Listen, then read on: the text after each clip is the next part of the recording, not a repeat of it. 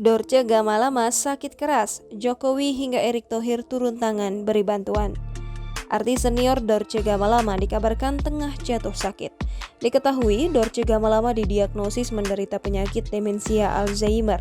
Sebelumnya, Dorce Gamalama menuai sorotan publik usai mengunggah video dirinya meminta bantuan kepada mantan Presiden RI Megawati Soekarno Putri.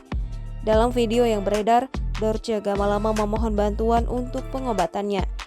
Kerabat Dorce, Ira Safira mengungkapkan bahwa sang sahabat mulai mendapat banyak bantuan dari berbagai kalangan, termasuk dari Presiden Jokowi dan Menteri BUMN Erick Thohir.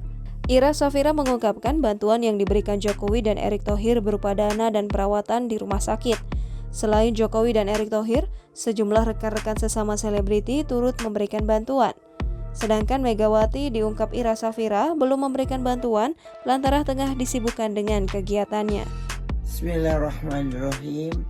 Assalamualaikum warahmatullahi wabarakatuh.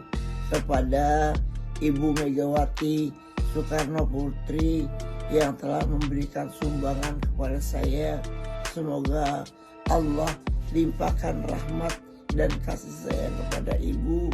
Semoga Ibu tetap sehat, panjang umur, dan selalu diberkahi dalam keadaan sehat walafiat. Terima kasih banyak Ibu. Jangan lupa subscribe, share, komen, dan like ya.